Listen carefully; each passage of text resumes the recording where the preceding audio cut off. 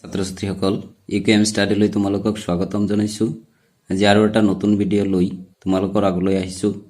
আজিৰ এই ভিডিঅ'টোত তোমালোকৰ কাৰণে সপ্তমমান শ্ৰেণীৰ অসমীয়াৰ পাঠ নং 18 তো এটা কবিতা, যাৰ নাম হ'ল পখিলা।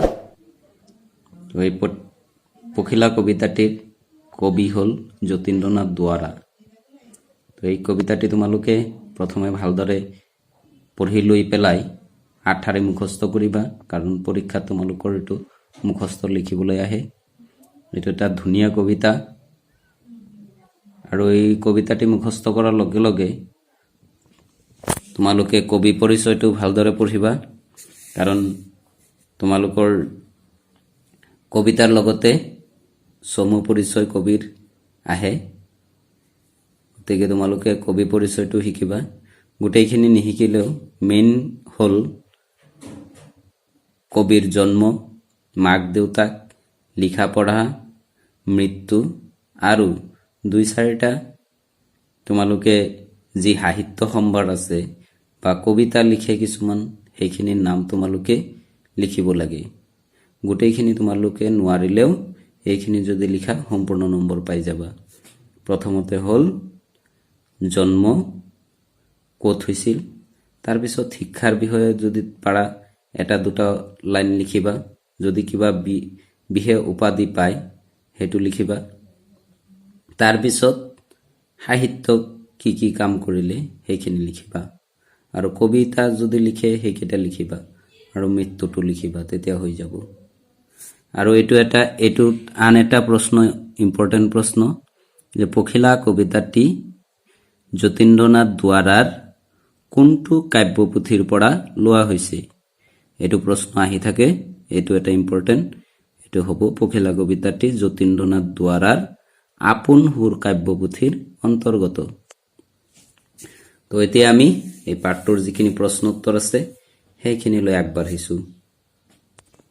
ইয়াৰ পিছত তোমালোকে শব্দ টোকা যিখিনি আছে সেইখিনি পঢ়িবা।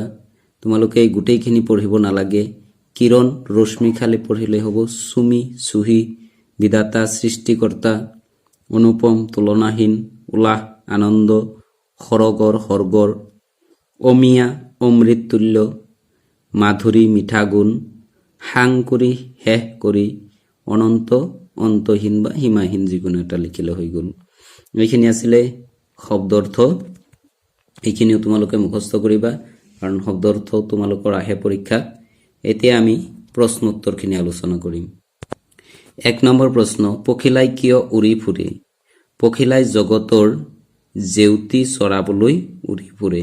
জেউতি বানামটো হস্যইকাৰ হ'ব, দীঘিকাৰ নহয়, জেউতি। পখিলাই কিহৰ বাতৰি বিলায়? পখিলাই সপোনৰ বাতৰি বিলায়। গ নম্বৰ, বিধাতা কোন? বিধাতা হ'ল সৃষ্টিকৰ্তা। ঘ নম্বৰ, কবিয়ে ক'ত মৰতৰ বিষাদ বিননি নাই বুলি কৈছে? কবিয়ে পখিলাই উৰি ফুৰা মৰতৰ বিষাদ বিননি নাই বুলি কৈছে। যতীন্দ্ৰনাথ দুৱৰাক কি কবি বুলি জনা যায়? যতীন্দ্ৰনাথ দুৱৰাক বনফুলৰ কবি বুলি জনা যায়। বহুত ইম্পৰ্টেণ্ট কুৱেশ্যনটো পৰীক্ষাত প্ৰায়ে আহি থাকে। পখিলাই নিজকে কিয় অকলশৰীয়া বুলি কৈছে? পখিলাই আনন্দ মনেৰে, উলাহেৰে গীত গাই আকাশত ফুৰি থাকে। উৰি ফুৰে, ফুৰি থাকে নহয়, উৰি ফুৰে। পখিলাৰ আলাসতে ঘৰ বাৰী মৰ্তৰ সৈতে কোনো সম্পৰ্ক নাই। কাৰণ আমাৰ যেনেকুৱা ঘৰ বাৰী আছে, পখিলাৰ কোনো ঘৰ বাৰী নাই, সেইটোৱে কৈছে। মৰ্তৰ লগত কোনো সম্পৰ্ক নথকা বাবে পখিলাই লগ ক'তো বিচাৰি পোৱা নাই। হে পখিলাই নিজকে অকলশৰীয়া বুলি কৈছে। 3 নম্বৰ প্ৰশ্ন, খন্তেকীয়া জীৱনৰ ক্ষুদ্ৰ অভিনয় শেষ হ'ব কালৰ হাতত। কবিতা ভাষীৰ তাৎপৰ্য বুজাই লিখা। জীৱন ক্ষণস্থায়ী। আমাৰ জীৱন হৈছে ক্ষণস্থায়ী, কাৰণ কাৰ কেতিয়া মৃত্যু হ'ব এইটো কোনেও ক'ব নোৱাৰে। মানুহৰ জীৱনৰ 1 ছেকেণ্ডৰো ভৰসা নাই। কেতিয়া কাৰ কি হয় ক'ব নোৱাৰি, সেইকাৰণে কৈছে জীৱন ক্ষণস্থায়ী। ক্ষণস্থায়ী মানে খন্তেকীয়া, আৰু দীৰ্ঘস্থায়ী মানে যিটো বহুত দিনলৈ চলি থাকে। জীৱনৰ সুখ দুখ, হাঁহি কান্দোন সকলোবোৰ খন্তেক সময়ৰ বাবে। এই বিশাল সংসাৰৰ বুকুত আমিও কেইদিনমানৰ বাবেহে অভিনয়হে কৰিছো বা কৰোঁ। মৃত্যুৰ লগে লগে অভিনয়ো শেষ হৈ যায়। কালৰ সোঁতত এই জীৱনৰ মৃত্যুৰ লগে লগে কালৰ বুকুতেই লীন হৈ যায়। এইটোৱে কৈছে যে আমি যে সংসাৰত আছো এইটো খন্তেক সময়ৰ বাবে। এই বিশাল সংসাৰৰ বুকুত আমি কেইদিনমানৰ বাবেহে অভিনয়হে কৰি আছো, কাৰণ মৃত্যু এজন মানুহ মৃত্যু হোৱাৰ পিছত তাৰ একো অস্তিত্ব নাথাকে। সেইটোৱে কৈছে ইয়াত। 4 নম্বৰ প্ৰশ্ন, কবিয়ে পখিলাৰ জীৱন কেনেকুৱা বুলি কৈছে? পাঠৰ আধাৰত বুজাই লিখা। কবিৰ মতে পখিলাৰ জীৱন বৰ্ণময় আৰু অনুপম। পখিলাই পাখি দুখনিত বেলিৰ কিৰণ সানি জগতৰ জেউতি চৰাই আকাশত উৰি ফুৰে। কি কৈছে যে পখিলাই পাখি দুখনিত বেলিৰ কিৰণ মানে বেলিৰ পৰা যি ৰশ্মি আহে সেই ৰশ্মি হানি পাখি দুখনিত হানি জগতৰ জেউতি চৰাই আকাশত উৰি ফুৰে। জগত মানে এই পৃথিৱীত ঘূৰি ফুৰে। নুফুলা ফুলৰ কলিত সাদৰেৰে চুমা দি নিজকে পাহৰি গৈ উলাহেৰে গান গায়। মৰ্তৰে দুখ সুখ তাক স্পৰ্শ নকৰে। পখিলাৰ জগতখনত স্বৰ্গৰ সৌন্দৰ্যৰ নিজৰা বৈ থাকে। বতাহত বাঢ়ি আছে গীতৰ সুমধুৰ সুৰ। পখিলাই উৰি ফুৰে অকলশৰীয়াকৈ, তাইৰ কোনো লগৰীয়া নাই। এইটো লগৰীয়া হ'ব, নগৰীয়া হৈ আছে, লগৰীয়া নাই। কিন্তু এনেকুৱা সুন্দৰ বৰ্ণময় জীৱনৰ পখিলায়ো কালৰ হাতৰ পৰা হাৰি নাযায়। এদিন পখিলাৰো মৃত্যু হয়। সেইটোৱে কৈছে যে এই জগতত কোনো কালৰ অৰ্থাৎ মৃত্যুৰ পৰা হাত সাৰিব নোৱাৰে।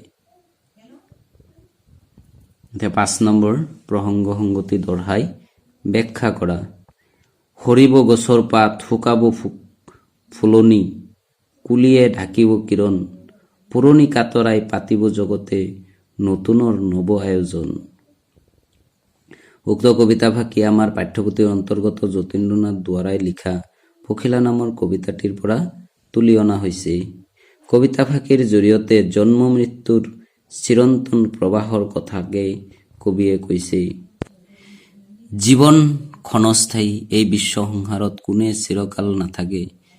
জীৱনৰ সুখ দুখ হাঁহি কান্দোন সকলোবোৰ খন্তেক সময়ৰ বাবেহে। ফুলনি শুকাই যোৱাৰ দৰে জীৱনো এদিন মৰহি যায়, মানে শেষ হৈ যায়। ইয়াত মৰহি মানে শুকাই যোৱা বুজায়, কিন্তু ইয়াত শুকাই যোৱা নুবুজাব, জীৱনো এদিন শেষ হৈ যায়। মৰহি যায় মানে ইয়াত শেষ হৈ যায় বুজাব।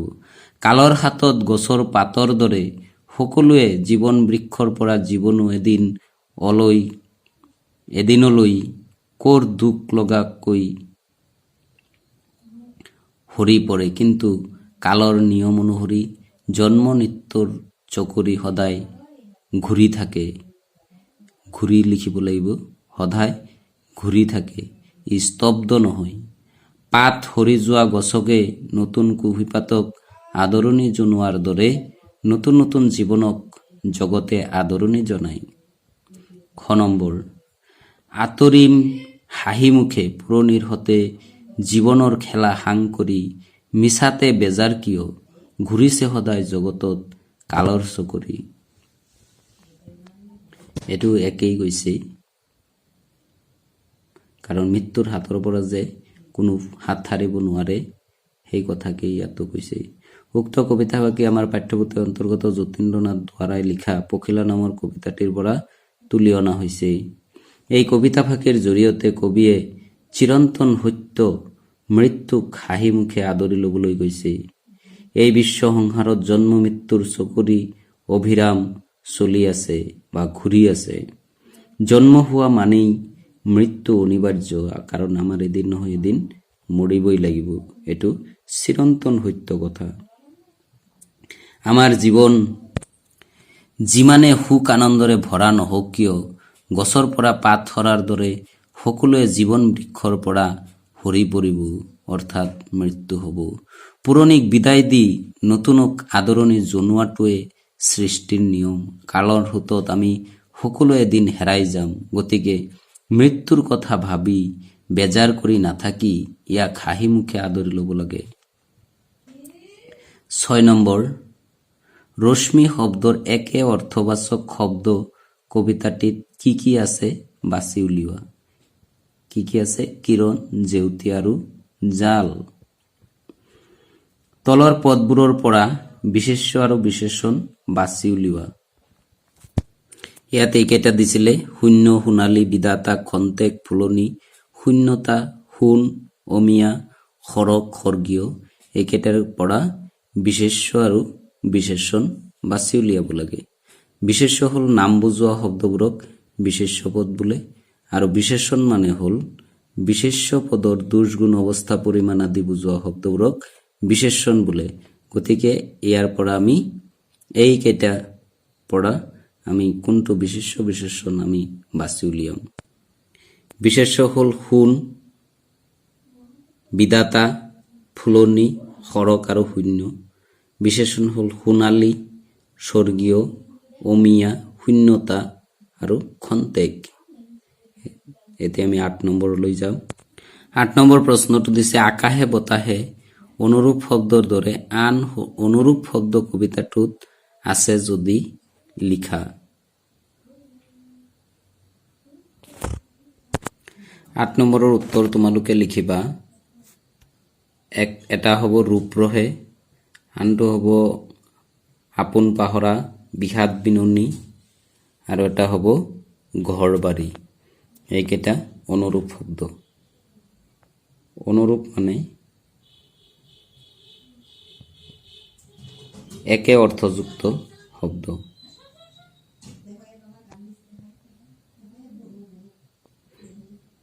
এতিয়া আমি পিছৰ প্ৰশ্নলৈ যাম। 9 নম্বৰ প্ৰশ্ন দিছে: শব্দৰ পাৰ্থক্য লিখা। পাত, পাঠ, বাট, বাট। এইটো কিন্তু পৰীক্ষাত আহে, খুব ইম্পৰ্টেণ্ট প্ৰশ্ন। এইটো তোমালোকে ভালদৰে পঢ়িবা। তাৰপিছত আছে 10 নম্বৰৰ প্ৰকল্প যিটো আছে: কোন ঋতুত গছৰ পাত সৰে আৰু কোন ঋতুত গছৰ কুঁহিপাত ওলায়? সেই ঋতু দুটাত তুমি লক্ষ্য কৰা প্ৰকৃতিৰ পৰিৱৰ্তনৰ ছবি দুখন দাঙি ধৰা। এইটো তোমালোকৰ প্ৰশ্ন আহিব পাৰে, এইটো মই আলোচনা কৰিম। পাত মানে হ'ল গছৰ পাত, আৰু পাট মানে হ'ল পাট সূতা, যিটো আমি সূতা হিচাপে ব্যৱহাৰ কৰোঁ। টান মানে হ'ল সুৰ, টান মানে হ'ল কঠিন। গল মানে ডিঙি, আৰু গোল কমা থকাটো হ'ল গত, মানে যিটো হৈ গৈছে, অতীত। বাট, বাট মানে হ'ল এবিধ বেমাৰ, যিটো বাত বেমাৰ বুলি কওঁ আমি। আৰু বাট মানে হ'ল ৰাস্তা বা পথ। ম কমা নথকাটো এবিধ তেজ খোৱা ক্ষুদ্ৰ কীট, আৰু ম কমা থকাটো বেকা শিঙৰ এবিধ জন্তু। তাৰপিছত 6 নম্বৰ আছে পাণ।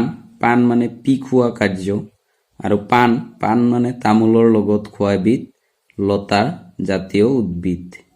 লতাৰ পাত নহ'ব, লতা জাতীয় উদ্ভিদ লিখিবা তোমালোকে। খৰ, খৰ মানে কাঁড়, খৰ মানে গাখীৰৰ ওপৰত পৰা চামনি। ঘাট মানে আঘাত, আৰু ঘাট মানে নদীৰ ঘাট বা নদীৰ পাৰ। 6 নম্বৰ কোন। কোন মানে অনিৰ্দিষ্ট, আৰু কোন মানে হ'ল চুক। তো এইখিনি আছিলে ইয়াত শব্দৰ পাৰ্থক্য। এতিয়া আমি 10 নম্বৰ প্ৰকল্প, এইটো আমি কৰিম। কোন ঋতুত গছৰ পাত সৰে আৰু কোন ঋতুত গছৰ কুঁহিপাত ওলায়? শীতকালত গছৰ পাত সৰে আৰু বসন্তকালত গছৰ কুঁহিপাত ওলায়। শীত ঋতুত দিনবোৰ চুটি আৰু ৰাতিবোৰ দীঘল হয়। দিনবোৰ চুটি হোৱা বাবে আন ঋতুবোৰতকৈ সূৰ্যৰ পোহৰ আৰু তাপ কমকৈ পোৱা যায়, সেয়েহে বৰ জাঁৰ অনুভৱ কৰা যায়। মাজে মাজে আকাশ গুমা হয়, পুৱা গধূলি কুঁৱলী পৰে, কিছুমান ঠাইত বৰফো পৰে। গছৰ পাত সৰি গছবোৰ লঠঙা হয়, বৰষুণ প্ৰায় নহয়েই, হ'লেও কমকৈ হয়। গা বনবোৰ মৰি যায়, গোটেই পৰিৱেশটোৱেই ধূলিময় হৈ পৰে। শীতল শুকান শুকান ভাৱ এটা অনুভৱ কৰা যায়।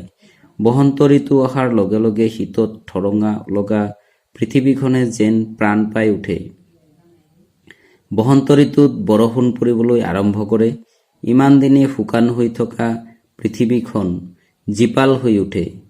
গা বনবোৰ গজিবলৈ আৰম্ভ কৰে। গছে গছে কুঁহিপাত ওলাই, চৌদিশে দেখা যায় মাথো সেউজীয়া আৰু সেউজীয়া। নানা ৰঙী ফুলবোৰ ফুলি উঠে। পখিলা, ভোমোৰা, মৌমাখি আৰু ফুলৰ মৌ খোৱা নানা চৰাইয়ে ফুলে ফুলে উৰি ফুৰে। গছৰ ডালত পৰি চৰাইয়ে গীত গাবলৈ আৰম্ভ কৰে। দিনবোৰ ডাঙৰ হয়। নাতিশীতোষ্ণ পৰিৱেশে মানুহৰ গা মন জোৰাই পেলায়। আকাশত চপৰা চপৰে মেঘ জমে। কেতিয়াবা মেঘৰ গাজনিয়ে চৌদিশ কঁপাই তোলে। মাজে মাজে ধুমুহা বৰষুণো আহে। এই দুটা হৈছে এই ঋতু দুটাৰ মাজৰ যি পাৰ্থক্য বা পৰিৱৰ্তনৰ যি ছবি, এই দুটা ছবি আমি দাঙি ধৰিলোঁ। তো এইখিনি আছিলে আজিৰ ভিডিঅ'। যদি তোমালোকৰ ভিডিঅ'টো চাই ভাল লাগে তেনেহ'লে তোমালোকে লাইক, কমেণ্ট আৰু শ্বেয়াৰ কৰিবা। আৰু যিসকল মোৰ চেনেলত নতুনকৈ আহিছা তেওঁলোকে মোৰ চেনেলটো ছাবস্ক্ৰাইব কৰি মোক আগলৈ আগবাঢ়ি যোৱাৰ প্ৰেৰণা যোগাবা। তো আজিলৈ এইখিনি আছিলে। আৰু যিসকলে মোৰ আগৰ ভিডিঅ'বিলাক চোৱা নাই তোমালোকে প্লেলিষ্টত গৈ আগৰ ভিডিঅ'বিলাকো চাব পাৰিবা। ধন্যবাদ।